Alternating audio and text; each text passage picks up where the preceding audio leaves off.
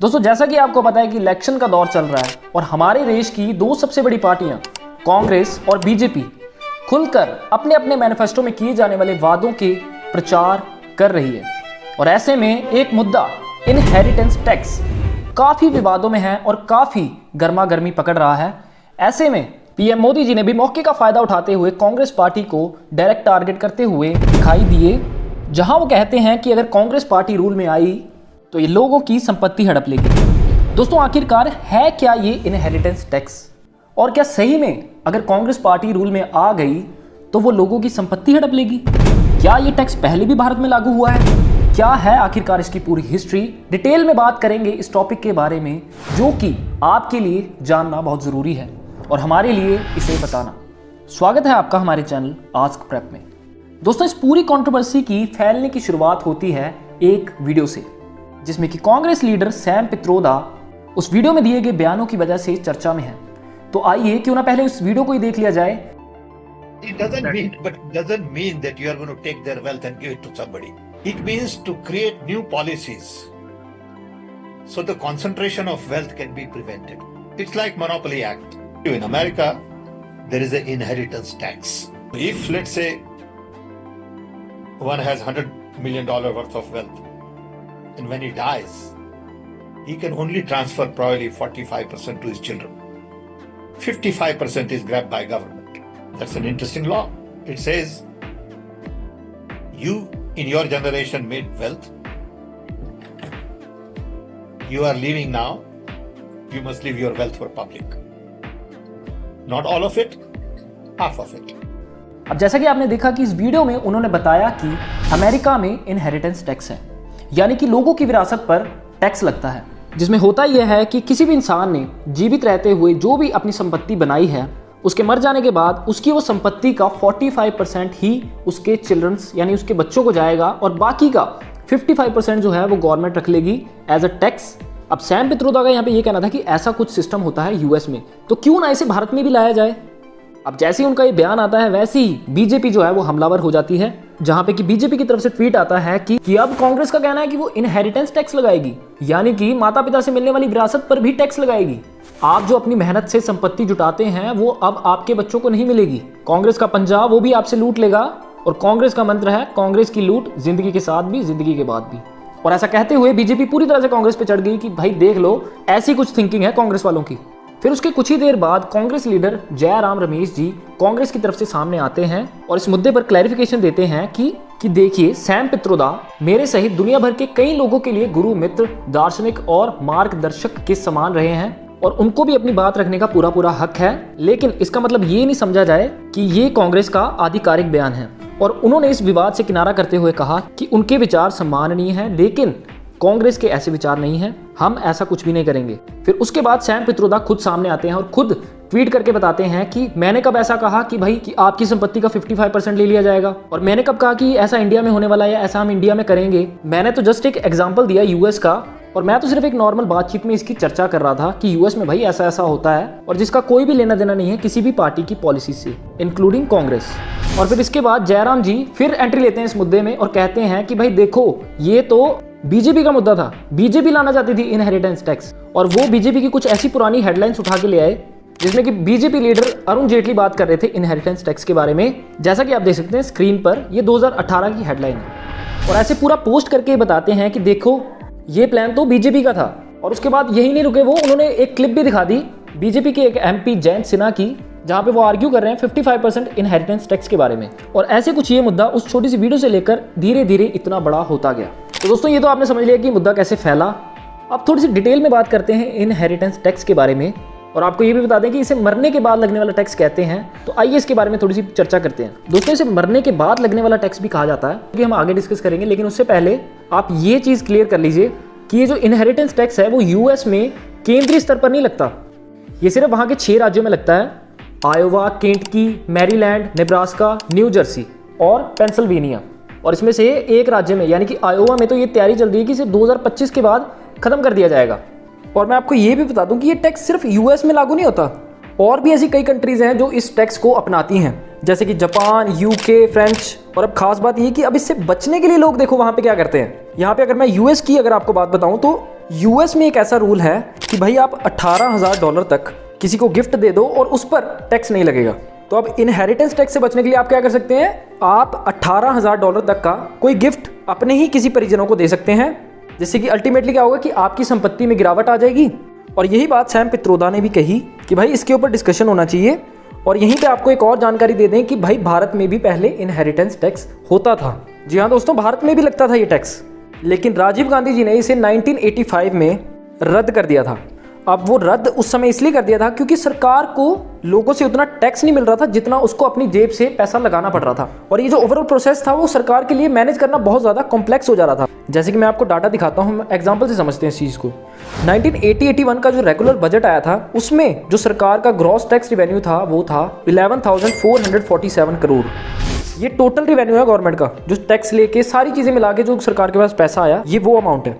अब उसमें से जो ई स्टेट ड्यूटी, इसे ई स्टेट ड्यूटी कहा जाता था पहले, जैसे कि आज हम इनहेरिटेंस टैक्स कह रहे हैं, तो जो ई स्टेट ड्यूटी थी उस वक्त उसका कंट्रीब्यूशन था 13 करोड़, जो कि सरकार के टोटल रिवेन्यू का सिर्फ 0.1% था। और आपको ये भी पता होगा कि अब ये टैक्स कलेक्ट करने में लोगों की व्यवस्था करनी पड़ेगी, इसके लिए अलग डिपार्टमेंट बनाने पड़ेंगे। तो इसमें सरकार का खर्चा भी लगभग 13 करोड़ के आसपास ही आया था, या उससे ज़्यादा ही था। तो अब आप यहाँ पे देखो, जितना सरकार लोगों से टैक्स कलेक्ट कर रही है उतना ही उसे उस टैक्स को कलेक्ट करने के लिए खर्च करना पड़ रहा है, इवन उससे ज़्यादा ही। अब आप ज़रूर ये सोच रहे हो कि भाई ऐसा कैसे हो सकता है। तो देखो, उस टाइम इस रूल की इतनी अच्छी इंप्लीमेंटेशन नहीं हुई थी, मतलब पूरी इंप्लीमेंटेशन थी, प्लस इसमें काफ़ी ज़्यादा लूप होल्स थे जिनके चलते लोग अवॉइड कर देते थे टैक्स पे करना, मतलब कि किसी तरह से बच के निकल जाते थे टैक्स देने से। अब दूसरा पॉइंट ये था कि इसमें डिफरेंट तरह की प्रॉपर्टीज आती थी, मतलब किसी की शहर में ज़मीन है, किसी की गाँव में ज़मीन है, तो उसके अकॉर्डिंग उसका रेट, उस प्रॉपर्टी का प्राइस फाइनलाइज करना, ये सब बहुत सारी कॉम्प्लेक्स चीज़ें हो जा रही थी। और अल्टीमेटली अगर किसी को अच्छी एवेल्यूएशन नहीं मिले तो वो अगला कोर्ट में पहुंच जाता था कि भाई सरकार ने मेरे साथ धोखा किया, खुद ज़्यादा पैसे ले लिए, मेरी ज़मीन की वैल्यू ज़्यादा थी लेकिन उन्होंने मेरे को कम पैसे दिए और टैक्स भी ज़्यादा लगा लिए। तो ऐसे ही कोर्ट केस भी चलते रहते थे, जिसमें कि अल्टीमेटली सरकार का और खर्चा आ जाता था। तो इन सारी कारणों की वजह से जितना अल्टीमेटली सरकार के पास पैसा यानी कि टैक्स आता था, उतना ही उसे निकालने में खर्च भी हो जाता था।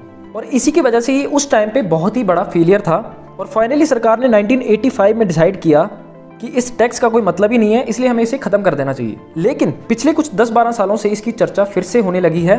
और अब इलेक्शन से पहले जब इनकी वीडियो वायरल हो रही है सैम पित्रोदा की, तो ये चर्चा एक बड़ा मुख्य रूप ले चुकी है।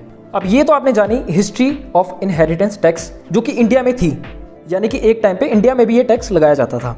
अब बात करते हैं वेल्थ रीडिस्ट्रीब्यूशन के बारे में। इसका क्या मतलब है? इसका मतलब जानने से पहले हम भारत के कुछ आंकड़ों के बारे में बात करते हैं।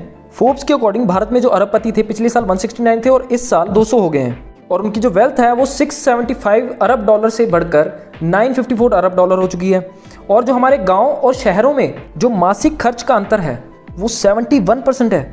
और इतना ही नहीं, हमारे देश के जो 1% अमीर लोग हैं उनके पास देश की 40% प्रॉपर्टी है। और देश की कुल आय में यानी कि देश की पूरी इनकम में इनकी सिर्फ इतने लोग 200 लोगों की भागीदारी है 22.6%।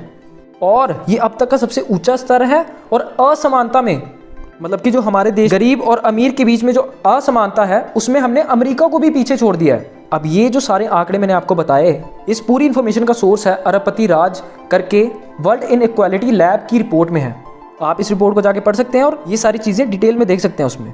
अब बात करते हैं वेल्थ रीडिस्ट्रीब्यूशन के बारे में, और अब आपको ये चीज़ें अच्छे से समझ आएंगी। दोस्तों, आपने ये लाइन अक्सर सुनी होगी कि गरीब और गरीब होता जा रहा है और अमीर होता जा रहा है। तो हमारे संविधान में ऐसी कुछ पॉलिसीज़ हैं कि हम इस चीज़ को बैलेंस कर सकते हैं। तो अगर हम कॉन्स्टिट्यूशन के बेस पे चलें तो आर्टिकल 38 कहता है कि असमानता दूर करने के लिए सरकार को एक्शंस लेने चाहिए और ऐसी कुछ पॉलिसीज़ बनानी चाहिए कि हमें गरीब की सहायता करनी चाहिए और गरीबों के लिए कुछ ऐसी पॉलिसीज़ बनानी चाहिए कि ताकि वो भी निचले समाज से निकलकर थोड़े ऊपर आ सकें और ये जो डिफरेंस है गरीब और अमीर का, ये कम हो सके। और वहीं हमारे कॉन्स्टिट्यूशन का आर्टिकल 39 ये कहता है कि आप रिसोर्सेज को, मतलब कि संसाधनों को इस तरह से बांटो कि वो कॉमन गुड हो सके, ताकि गरीबों को भी फायदा हो सके, जिससे कि बैलेंस मेंटेन रहे और डिफरेंस कम हो सके। अब बात करते हैं कि इसके लिए सरकार क्या करती है। इसके लिए सरकार टैक्स लगाती है, सब्सिडी देती है गरीबों को, मुफ्त अनाज देती है, डायरेक्ट बेनिफिट भी देती है। आपने देखा होगा गांव की कुछ महिलाएं हैं, उनको पैसे मिलते हैं, मतलब हजार रुपये मिलता है पर महीने, शायद ऐसे कुछ होता है। और मनरेगा स्कीम के बारे में आपने सुना होगा, जिसमें कि अनएम्प्लॉयड को नौकरी दी जाती है। फिर मिड डे मील और फ्री बीज, कई तरह की और कई कोशिशें करती है सरकार की ये जो बैलेंस है वो मेंटेन रहे। और आपको ये भी बता दें कि भारत में पहले वेल्थ टैक्स एक्ट था, यानी कि वेल्थ टैक्स लगता था, ये 1957 का एक्ट है। इसमें ये होता था कि जो एक्सेस जो ज़मींदारों के पास लैंड होती थी ना, उसको सरकार लेकर गरीबों में बांट देती थी, ताकि गरीबों और अमीरों में बैलेंस मेंटेन रहे, ताकि उनके पास भी लैंड आ जाए, गरीबों के पास भी लैंड आ जाए, ताकि वो खेती बाड़ी कर सकें। और इस एक्ट को 2015 में हटा दिया गया। और एक और चीज़ यहाँ पे सरकार क्या करती थी कि जिसकी संपत्ति ज़्यादा होती थी उस पर सरकार क्या करती थी, थोड़ा टैक्स ज़्यादा लगा देती थी, और जिसकी कम होती थी उस पर कम लगा देती थी, जिससे कि बैलेंस मेंटेन रहे। अब दोस्तों यहाँ पे एक बड़ा सवाल ये निकल के आता है कि क्या प्राइवेट प्रॉपर्टी, मतलब मान लो कि मेरी प्राइवेट प्रॉपर्टी है, कोई मैंने मेहनत करके कोई प्रॉपर्टी खरीदी है अपनी प्राइवेट, तो क्या मेरे मरने के बाद या फिर मेरे जिंदा होते ही वो क्या समाज के लिए संसाधन बन सकती है? मतलब क्या सरकार मेरे से वो प्रॉपर्टी, मेरी प्राइवेट प्रॉपर्टी लेकर उसे गरीबों में बांट सकती है? अब कांग्रेस का कहना है कि वो इनहेरिटेंस टैक्स लगाएगी।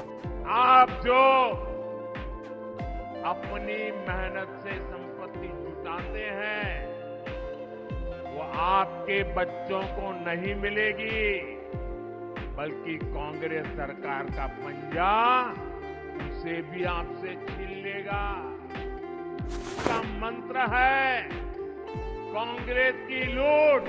दोस्तों आपको ये बता दें कि सुप्रीम कोर्ट की 9 जजों की बेंच जो है वो इस चीज पर सुनवाई कर रही है, जिसमें कि सीजीआई भी शामिल है। और ये पूरी बैठक इसी बात पे हो रही है कि क्या निजी संपत्ति को सरकार बांट सकती है। अब मैं आपको थोड़ी सी हिस्ट्री बता देता हूँ कि किन चीजों पर सुप्रीम कोर्ट विचार कर रहा है और क्यों अभी तक ये फैसला हो नहीं पा रहा है। तो दोस्तों क्या हुआ था कि 1977 में एक रेड्डी केस था, उसमें 5 जजों की बेंच थी, और उसमें ये पाया गया कि 4 जजों का तो ये फैसला था कि नहीं भाई, प्राइवेट प्रॉपर्टी जो है उस पे सरकार का कोई अधिकार नहीं है, सरकार उसे किसी से लेकर गरीबों में नहीं बांट सकती।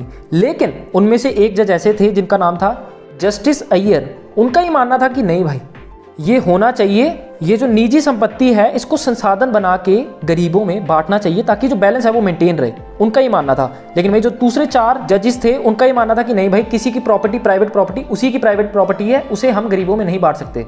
अब दोस्तों मैं इसका बता दूं कि इनका जो काफ़ी ज़्यादा विरोध भी हुआ था जस्टिस अय्यर का, लेकिन इनका तब भी ये कहना था कि भाई ऐसा होना चाहिए। अब आगे देखते हैं 1983 में क्या होता है। संजीव कोर्ट केस में क्या होता है कि जस्टिस अय्यर के बयान को लेकर ये लोग बोल देते हैं कि ये ठीक है कि जो प्राइवेट प्रॉपर्टी है उसे हम इस्तेमाल कर सकते हैं गरीबों में बांटने के लिए, यानी कि ये लोग जस्टिस अय्यर की बात से सहमत हो जाते हैं। लेकिन भाई दूसरी ओर कुछ एडवोकेट्स का इसमें ये कहना था कि भाई जो जस्टिस अय्यर हैं उनकी माइनॉरिटी सोच थी, और कुछ एडवोकेट्स ने तो इतना तक कह दिया था कि उनकी जो है मार्क्सवादी समाजशास्त्र सोच है, इसलिए जस्टिस अय्यर ने ऐसा फैसला सुनाया था। अब हम वापस टाइमलाइन पे जाते हैं और हम देखते हैं कि 1997 में क्या होता है कि मफतलाल फैसले में ये बोलते हैं कि देखिए भाई, अभी हम इस पे कोई फैसला नहीं दे सकते, क्योंकि पहले का जो डिसीजन था उसमें 4 जजेस सहमत थे लेकिन एक सहमत नहीं थे। इसलिए अब जो फैसला करेगी वो फैसला करेगी 9 जजों की बेंच। फिर उसी साल 1997 में क्या होता है कि मुंबई पार्टी ओनर एसोसिएशन के द्वारा अपील की जाती है कि भाई इस पे जल्दी से जल्दी फैसला करो, फैसला सुनाओ इस पर। फिर 2002 में आ जाइए, 7 जजों वाली बेंच इस अपील को सुनती है और इस पे फैसला करती है कि भाई हम तो सक्षम नहीं है, इसलिए हम इस चीज को रेफर करते हैं 9 जजों की बेंच को, वही फैसला करेगी। और अब मैं आपको ये बात बता दूं कि ये जो 2002 में इन्होंने बोला था कि 9 जज ये फैसला करेंगे, 9 जजों की बेंच ये फैसला करेगी, वो अभी तक यानी कि 2024 तक चलता आ रहा है और उसकी सुनवाई अभी चल रही है। और इस पे अभी ये फैसला होना है कि भाई किसी की प्राइवेट, किसी की निजी प्रॉपर्टी को क्या उसको सरकार समाज में बांट सकती है गरीबों और अमीरों में बैलेंस लाने के लिए। तो दोस्तों ये था वेल्थ रीडिस्ट्रीब्यूशन के बारे में पूरी जानकारी, पूरी हिस्ट्री मैंने आपको शुरू से लेकर एंड तक बता दिया कि अभी तक इस पे रिजल्ट्स आने बाकी हैं सुप्रीम कोर्ट के द्वारा कि भाई हम किसी की प्राइवेट प्रॉपर्टी को लेकर गरीबों में बांट सकते हैं कि नहीं बांट सकते। अब दोस्तों सबसे बड़ा ये सवाल जहां से ये टॉपिक शुरू हुआ था कि क्या कांग्रेस ने अपने मैनिफेस्टो में ये बात कही है कि भाई हम लोगों की मतलब प्राइवेट संपत्ति लेकर उसे गरीबों में बांट देंगे, आपके मंगलसूत्र, आपका सोना लेकर दूसरों में बांट देंगे। क्या ये चीज कांग्रेस के द्वारा कही गई है कि नहीं कही गई है? तो आइए क्यों ना कांग्रेस का मैनिफेस्टो ही पढ़ लें। तो दोस्तों अगर हम कांग्रेस का मैनिफेस्टो पढ़ते हैं तो ऐसा क्लियरली कहीं भी नहीं लिखा गया है कि भाई हम ऐसे आपकी प्रॉपर्टी लेके किसी दूसरे गरीबों में बांट देंगे या किसी और को दे सकते हैं। हालांकि इसमें यह जरूर लिखा हुआ है कि जो कांग्रेस पार्टी है वो इस पर सर्वे जरूर करवाएगी कि जो लोगों की वेल्थ है वो कहाँ कहाँ डिस्ट्रीब्यूटेड है, और इसके माध्यम से कांग्रेस जातियों, उपजातियों और उनकी आर्थिक सामाजिक स्थिति का पता लगाएगी। मतलब कि वो फिगर आउट करेगी कि भाई लोगों की वेल्थ कहाँ कहाँ डिस्ट्रीब्यूटेड है, वो कैसे कैसे अपनी वेल्थ को मैनेज कर रहे हैं। और उस सर्वे के बेस पर जो कांग्रेस पार्टी है वो माइनॉरिटीज या फिर गरीबों के लिए कुछ पॉलिसीज, कुछ रूल्स बनाएगी। इनफैक्ट कांग्रेस ने मैनिफेस्टो में ये भी लिख रखा है कि कांग्रेस जो है वो कॉन्स्टिट्यूशन के कुछ अनुच्छेद हैं उनमें बदलाव भी करेगी और अल्पसंख्यकों को मिलने वाले मौलिक अधिकारों के लिए भी आदर करेगी और उन्हें बरकरार रखेगी। और इसके साथ ही उन्होंने कई पॉइंट्स भी दिए गए हैं जो कि माइनॉरिटीज के लिए हैं, जिसमें कि उन्होंने लिखा है कि माइनॉरिटीज को ज्यादा से ज्यादा जो उनके हक हैं वो दिलाए जाएंगे। आप इस मैनिफेस्टो को डिटेल में पढ़ सकते हैं। अब देखो बात यहाँ पे क्या बनी हुई है ना, जैसे कि कांग्रेस अपने मैनिफेस्टो में कह रही है कि हम माइनॉरिटीज के लिए अच्छा करेंगे, उनके लिए पॉलिसीज लाएंगे, उनके लिए मतलब अच्छी अच्छी सुविधाएं लाएंगे ताकि गरीबी और अमीरी में बैलेंस हो सके। लेकिन वहीं बीजेपी क्या कह रही है कि भाई ये झूठ बोल रहे हैं, ये माइनॉरिटीज का तो खाली बहाना लगा रहे हैं। जैसे कि आपने सुना होगा कि मनमोहन सिंह जी ने कहा था कि हम मुस्लिमों को उच्च दर्जा देंगे, उनके लिए ज्यादा पॉलिसीज बनाएंगे, उनके लिए ज्यादा रूल्स बनाएंगे ताकि वो ऊपर आ सकें थोड़े। तो बीजेपी ये कह रही है कि भाई ये तो खाली तुम्हें माइनॉरिटीज का बहाना लगा रहे हैं, इनका असली मकसद क्या है कि मुस्लिमों को ज्यादा फायदा देना चाहते हैं, उनके लिए ज्यादा पॉलिसीज बनाना चाहते हैं। जीवन के सपनों से जुड़ा हुआ है, तुम उसे छीनने की बात कर रहे हो अपने मैनिफेस्टो में। गोल ले लेंगे, सबको वितरित कर देंगे।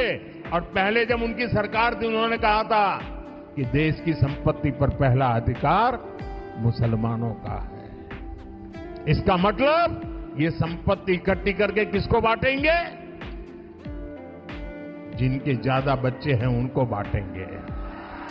We will have to devise innovative plans to ensure that minorities, particularly the Muslim minority, are empowered to share equitably in the fruits of development. They must have the first claim on our resources. The center has admired other responsibilities whose demands will have to be fitted within the overall availability of resources. तो ऐसा कुछ दोनों पार्टियों का कहना है। I hope मैं आपको क्लियरली समझा पाया होगा ये पूरा मुद्दा। बाकी मैं आपसे जानना चाहता हूं कि आप क्या सोचते हैं इनहेरिटेंस टैक्स के बारे में और वेल्थ रीडिस्ट्रीब्यूशन एक्ट के बारे में, कि क्या इसे हमें भारत में लाना चाहिए या नहीं लाना चाहिए। अगर लाना चाहिए तो क्यों लाना चाहिए, और अगर नहीं लाना चाहिए तो क्यों नहीं लाना चाहिए। हमें इंतजार रहेगा आपके कमेंट का। और अगर आपको ये वीडियो अच्छी लगी तो वीडियो को लाइक, कमेंट, शेयर जरूर कर देना। फिर मिलते हैं किसी और अच्छी वीडियो में, तब तक के लिए जय हिंद, वंदे मातरम।